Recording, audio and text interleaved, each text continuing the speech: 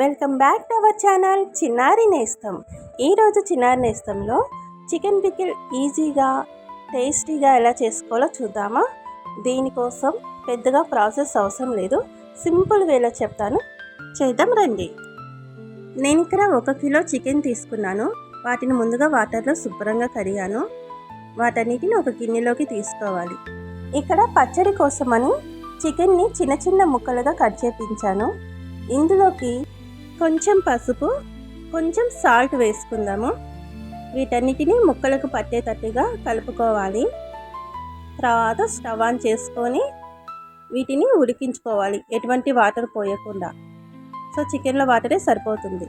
తర్వాత ఆయిల్ కాగాక ఆయిల్లో వేసుకొని వేయించుకోవాలి ముక్కల్ని. మరి గట్టిగా వేయించుకోకూడదు, ఎందుకంటే నిమ్మరసం పిండితే ఇంకా గట్టిగా అయిపోతుంది. తర్వాత మసాలా కోసం ప్రిపేర్ చేసుకోవాలి. ధనియాలు, జీలకర్ర, చెక్క, లవంగ, యాలకులు వేసాను. తర్వాత ఆయిల్లో నుంచి చికెన్ ముక్కలు తీసేసిన తర్వాత అదే ఆయిల్ ఉంచుకొని అందులోకి కొంచెం అల్లం వెల్లుల్లి పేస్ట్ వేసుకోవాలి. అల్లం వెల్లుల్లి పేస్ట్ ముద్దగా అలాగే ఉంచకూడదు, ఎందుకంటే పైన వేగుతుంది కానీ లోపల పచ్చిగా అలాగే ఉంటుంది. సో ఆయిల్లో మొత్తం కలుపుకోవాలి, అందువల్ల బాగా ఫ్రై అవుతుంది. తర్వాత ఇందులోకి కచ్చా పచ్చాగా దంచిన వెల్లుల్లిని వేసుకోవాలి. ఆ తర్వాత పుదీనా, కొత్తిమీర ఈ రెండింటిని శుభ్రంగా కడిగి అందులో వేసుకోవాలి. జీలకర్ర వేయాలి. దీని ద్వారా పోపు చాలా మంచి స్మెల్ వస్తుందండి.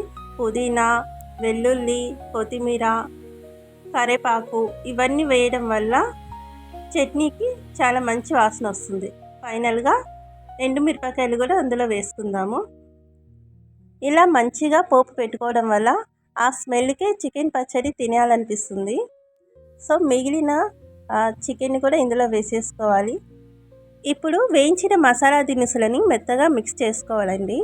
ఇందులోకి కారం, పసుపు, సాల్టు తగినంత వేసుకోవాలి. మీ రుచికి తగ్గట్టుగా ఇందులో ఉప్పు, కారాలు అడ్జస్ట్ చేసుకోండి. ఫైనల్గా మిక్సీ పట్టిన మసాలా అంతటిని ఇందులో వేసుకోవాలి.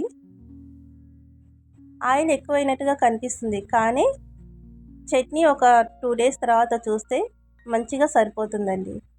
ఫైనల్గా పొట్టు తీసిన కొన్ని వెల్లుల్లి రెబ్బలు ఇందులో వేసుకోవాలి. దీనివల్ల చట్నీ మరింత టేస్టీగా ఉంటుంది. పూర్తిగా చల్లారిన తర్వాత మాత్రమే 2 నిమ్మకాయలు ఇందులో జ్యూస్ కలుపుకోవాలి. చూడండి, 2 డేస్ తర్వాత చూస్తే చట్నీ ఎంత బాగుందో. వెంటనే తింటే టేస్ట్ తెలియదు, 2 డేస్ తర్వాత తింటే ఉప్పు కారాలు అన్నీ అడ్జస్ట్ అయ్యి టేస్ట్ అనేది బాగా తెలుస్తుంది. చికెన్ ముక్క కూడా మరీ హార్డ్గా లేదు, ఎంతో టేస్టీగా ఉండే చికెన్ పికిల్ రెడీ అయ్యింది. తింటున్నప్పుడు పుదీనా ఫ్లేవర్, వెల్లుల్లి ఫ్లేవర్ బాగా తెలుస్తుంది. ఇందులో పచ్చి వెల్లుల్లి అలాగే వేయడం వల్ల వాటిని తిన్నా కూడా టేస్టీగా ఉంటుంది. వీడియో మీకు నచ్చినట్లయితే ప్లీజ్ సబ్స్క్రైబ్ మై ఛానల్.